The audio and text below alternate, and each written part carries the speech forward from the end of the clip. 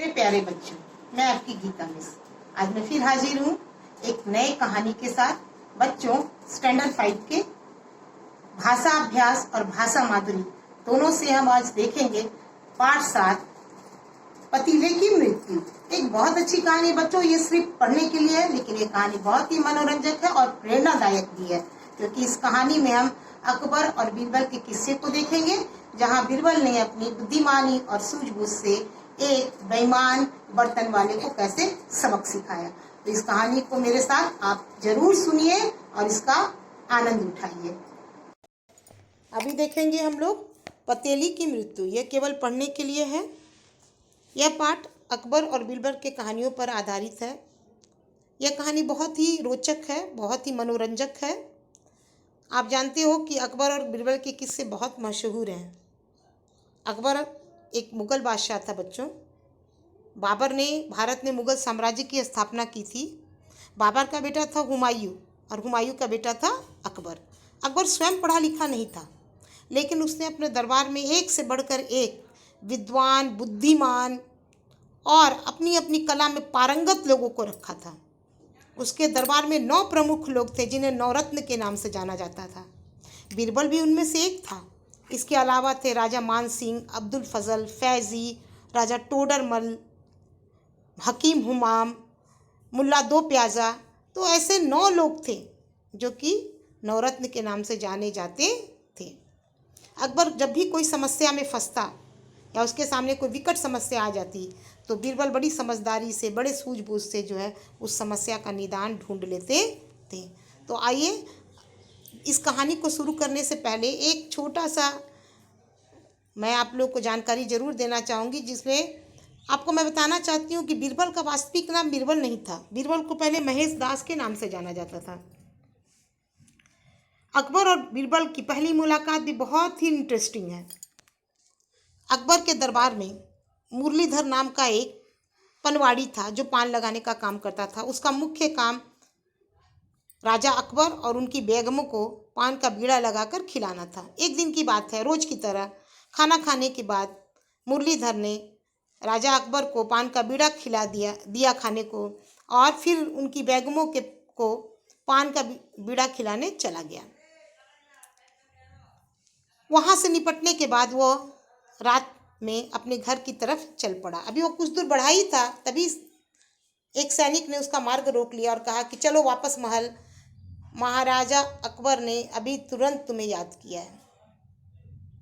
पनवाड़ी थोड़ा डर गया, लेकिन फिर भी वो उल्टे पांव लौट पड़ा महल की ओर। उसने सोचा शायद राजा अकबर को और ज़्यादा पान खाने की इच्छा महसूस हुई होगी।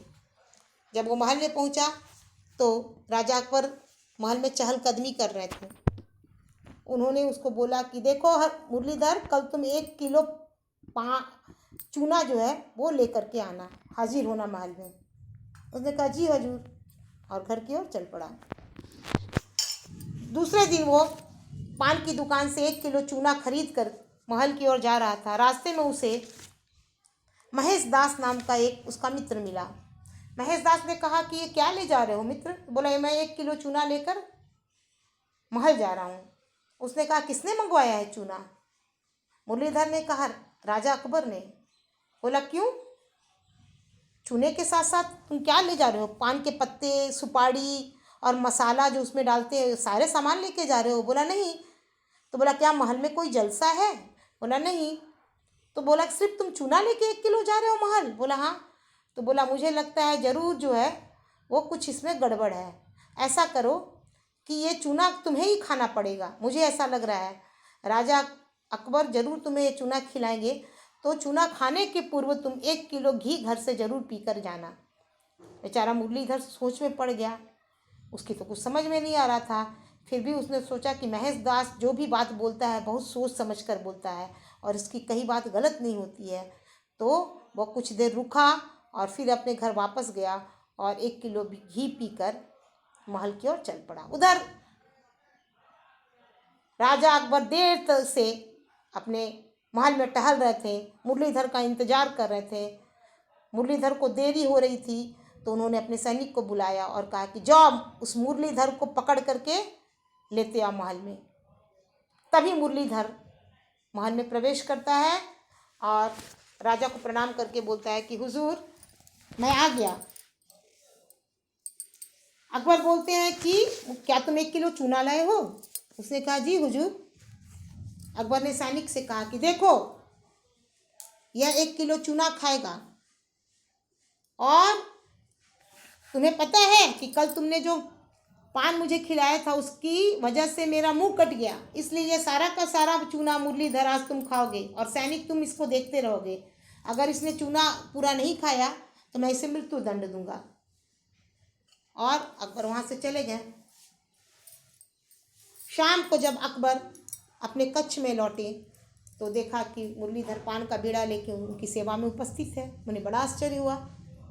उन्होंने कहा कि मुरलीधर क्या तुमने सारा चूना खाया था? उसने कहा जी हुजूर। उन्होंने सैनिक को बुलाया, बोला क्या मुरलीधर ने सारा का सारा 1 किलो चूना खा लिया था?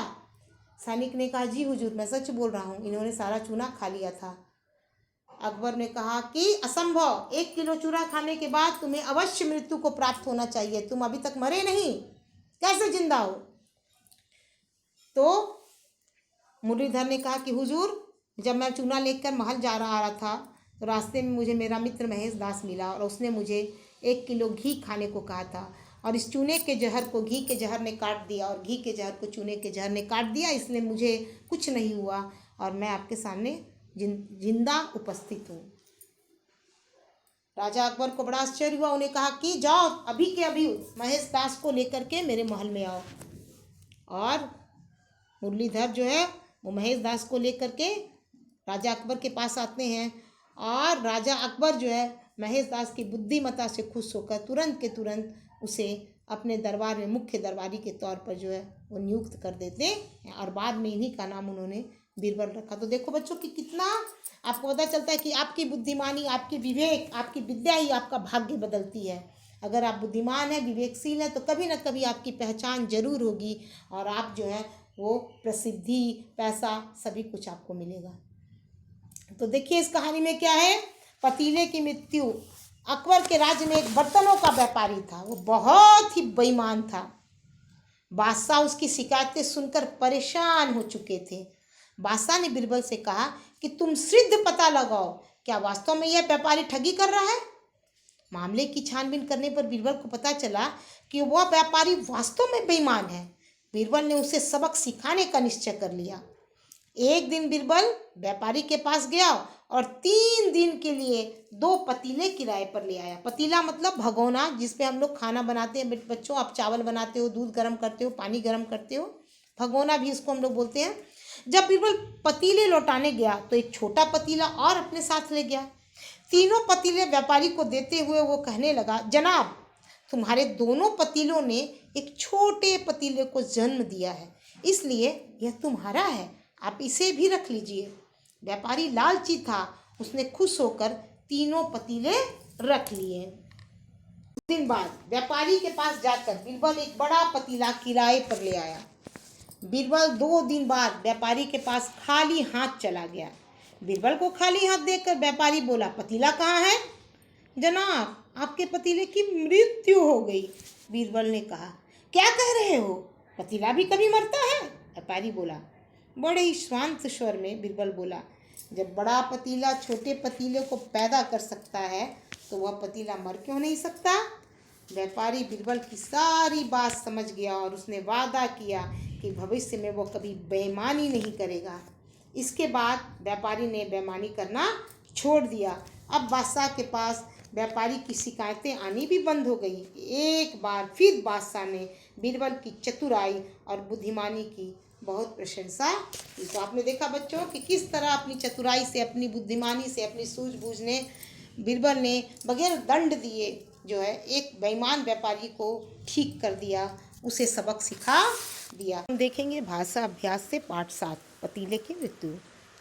अपने मित्र सखी को इस कहानी के माध्यम से बीरबल की तरह सदा बुद्धिमानी व चतुराई से काम करने के लिए प्रेरित करते हुए पत्र लिखिए। 26/1 गली नंबर 3 अशोकनगर रांची 30 मार्च 2020। प्रिय सहेली निशा, मधुर स्नेह, कैसी हो? मैं तुम्हें बहुत याद करती हूँ। चौथी की वार्षिक परीक्षाओं के बाद अभी विद्यालय बंद है। मैं आजकल इसलिए कहानी की किताबें पढ़ती हूँ। मुझे अकबर और बीरबल के किस्से बहुत पसंद हैं। आज ही मैंने एक बेईमान बर्तन व्यापारी को बीरबल द्वारा सबक सिखाने वाली कहानी पढ़ी। मुझे बहुत प्रेरणादायक लगा। तुम भी ऐसी कहानियाँ पढ़ो ताकि जीवन में विपरीत परिस्थितियाँ आने पर अपनी बुद्धिमानी और चतुराई से उसका सामना कर सको। बड़ों को मेरा प्रणाम। जवाब जरूर देना। तुम्हारी अभिन्न सहेली रागिनी। तो बच्चों, ये है पाठ 7 भाषा माधुरी और भाषा अभ्यास से।